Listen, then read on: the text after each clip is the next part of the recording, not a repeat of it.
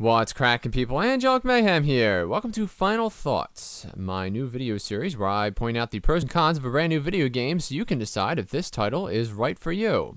In this episode, I am 8 hours into a video game called Castlestorm, a brand new castle demolition physics game that first came out on Xbox Live, but I waited to play it until it came out for PC. And now it's out on Steam. In this series, you never have to wait for my opinion. In this case, Castlestorm is a fun and humorous game that uses multiple gameplay mechanics to mix up what could easily have been a very monotonous game into something special. But is it right for you? Well, let's find out. To begin, Castlestorm is a physics game where you play as a medieval knight whose job is to rescue his kingdom from a band of Norse Vikings who are looking to abscond with your king's sacred crystal. The plot is full of twists, turns, comedy, and wit, in between heaping helpings of castle-smashing action. The game was developed by Zen Studios, the house responsible for the Pinball FX series, which you may have seen on my channel. They also developed Planet Minigolf for the PS3 and Ghostbusters the video game for the DS. Knowing that their primary focus has been on their pinball franchises, I gave them a little bit of leeway, but at the same time, I needed this game to show me something unique because it's competing against any number of free-to-play browser-based offerings of the same genre. This game delivered on those expectations. The game adds several unique elements that make it stand out from its rivals. You can teleport yourself onto the field of battle and play the game, albeit temporarily, as a 2D side-scrolling hack and slash. You can also send forth foot soldiers, archers, and griffins to distract the enemy while you turn his castle into gravel using huge boulders and exploding sheep. In an emergency, you can also use divine powers to clear off the battlefield. In my playthrough, I tried each of the game's 4 modes.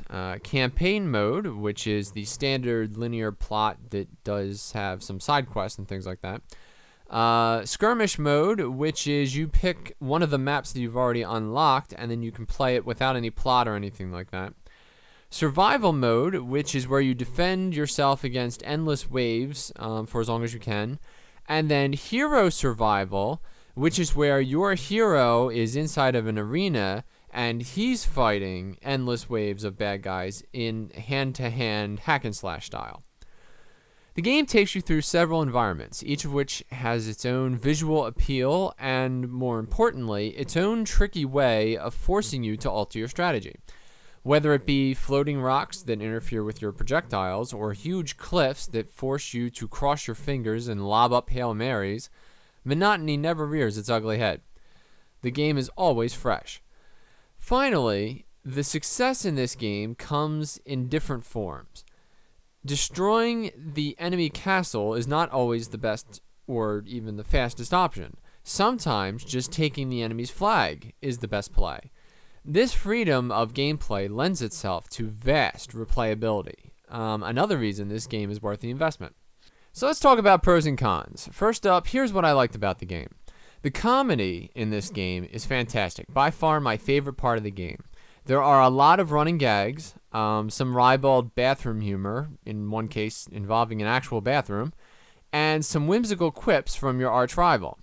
It's cute and well scripted, and for this reason alone, I would consider recommending this game. Some parents may be concerned about the off-color jokes, which border on the risque, but I personally would have no problem letting my kids play this game. And I would encourage people like that to play the game first and then decide if it's right for their kids. The characters are well written. You end up rooting for and against all the right people, and each has their own style and identity. The mix of side-scrolling action, ballistic physics, and resource management give you multiple ways to play and multiple ways to win. You can stick to the main plot exclusively if you want to play through as quickly as possible, or you can do some mildly challenging side missions if you want to pick up some extra gold. When there's a lull in the battle, you should check out the background. Alright, you'd be amazed at some of the funny stuff that's hiding back there. If you hit an enemy with a spiky cannonball and it doesn't kill him outright, it remains stuck in him as he wanders around. The same is true for arrows. So that was something that I thought was really funny. Some of the capture the flag missions are crazy intense, and they require a lot of highly accurate shots. You can upgrade your projectiles and soldiers as you're playing the game. When you get to level 6, however, going beyond that requires a great sacrifice, all right, in terms of gold. In order to upgrade yourself, let's say to like level 7 or level 8, you really have to start spending more and more gold as you go along. So this actually forces you to use multiple tools in order to win the day. There's friendly fire, meaning that you need to really focus on where you're aiming, and sometimes you're going to have to make an amazing headshot just above your guy's head in order to save his life. While you are bombing the castle, your enemy is returning the favor, all right? So while crossing paths in midair, it is actually possible for his projectiles and your projectiles to crash into each other. I thought that was neat. And then also, if he sends out, let's say, like an eagle to attack your guys, you can shoot the eagle out of the air if you're good enough. When you play the skirmish mode, all right, you will find the difficulty level actually adapts to your game level so that you're not wasting time with waves and waves of level 1 enemies. It starts you off already at like level 6. So that I thought was really nice.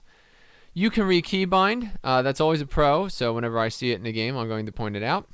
There are boss battles, which you would think wouldn't work in a physics game, but actually they totally do. In campaign mode, the castle will be automatically maintained for you if you decide not to noodle around with the castle editor. Now, that's kind of a blessing and a curse. I'm going to talk about that more in a con section, but, it's nice that you don't have to go there if you don't want to.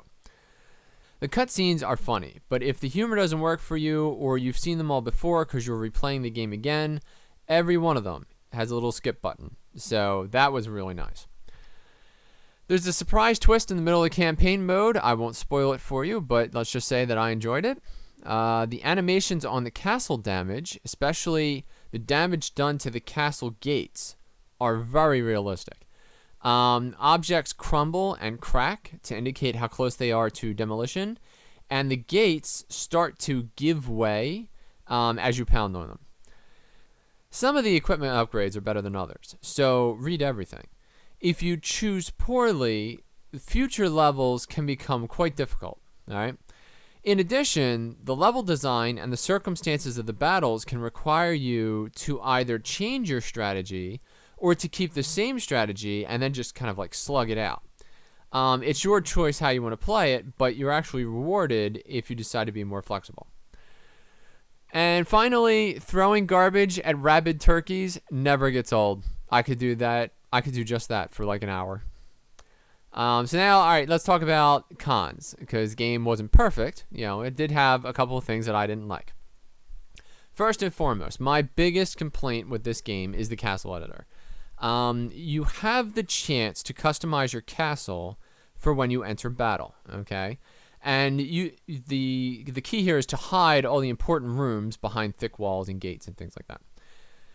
The problem is the interface is excruciating, and the feedback that you get requires you to remember for yourself what all the rooms do. All right, so make sure you read everything before you get into the editor.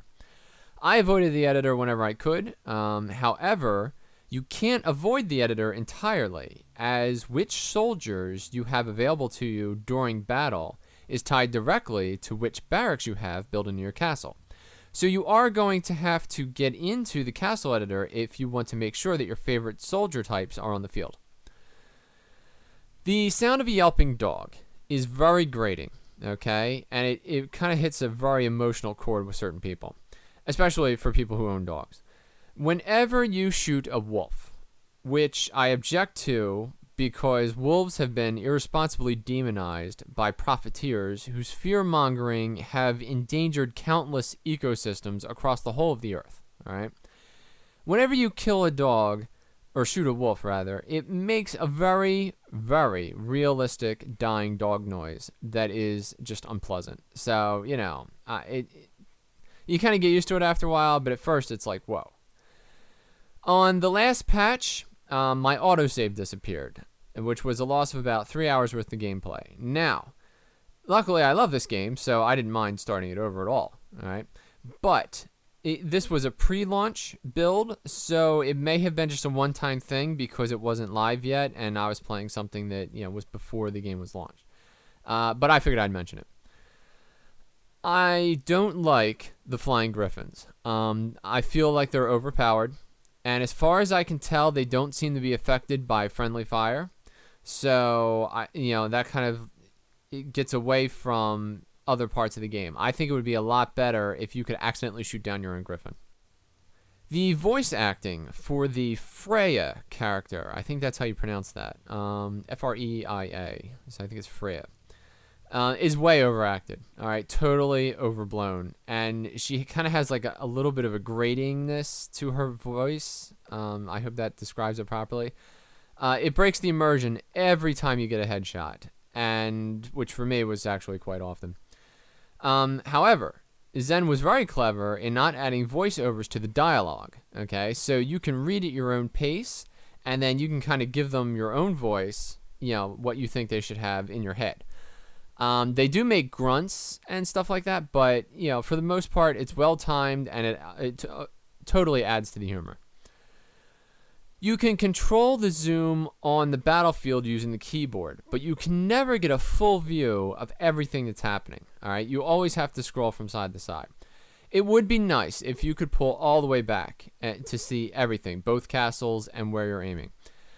This is especially true when bombarding the enemy castle requires lob shots, because in order to get the lob shot, you have to move your mouse over towards your castle, which moves the screen over towards your castle. So it's a constant fight with the zoom in this game. As weird as it sounds, I was disappointed by the castle physics. A lot of times, debris simply disappears, and many times you'll destroy something and it will fall in a very weird and unrealistic way. But those are rare times. And you know what? It's very rare the times that you can ignore the battlefield long enough to watch the crumbling. So it's not something that you should, that you'll notice unless you're looking for it. The game contains a female Viking in a furry bikini who lives in a sub-zero Arctic wonderland.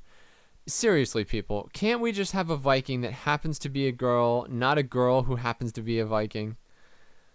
In the multiplayer game, you can choose to be either Kingdom or Norse. There is no random. This means that if everyone picks Kingdom, aka the good guys, then we're all just going to be sitting there hoping that somebody will come along and pick Norse. It and what side your castle is on should both be randomized so that it's no longer an issue of, oh, this is my favorite group and I always play Kingdom or I always play Norse. Just like most games, there are a few small bugs that they have to patch out. For instance, the how to play area is missing a next button, so you can't actually scroll through all the help screens.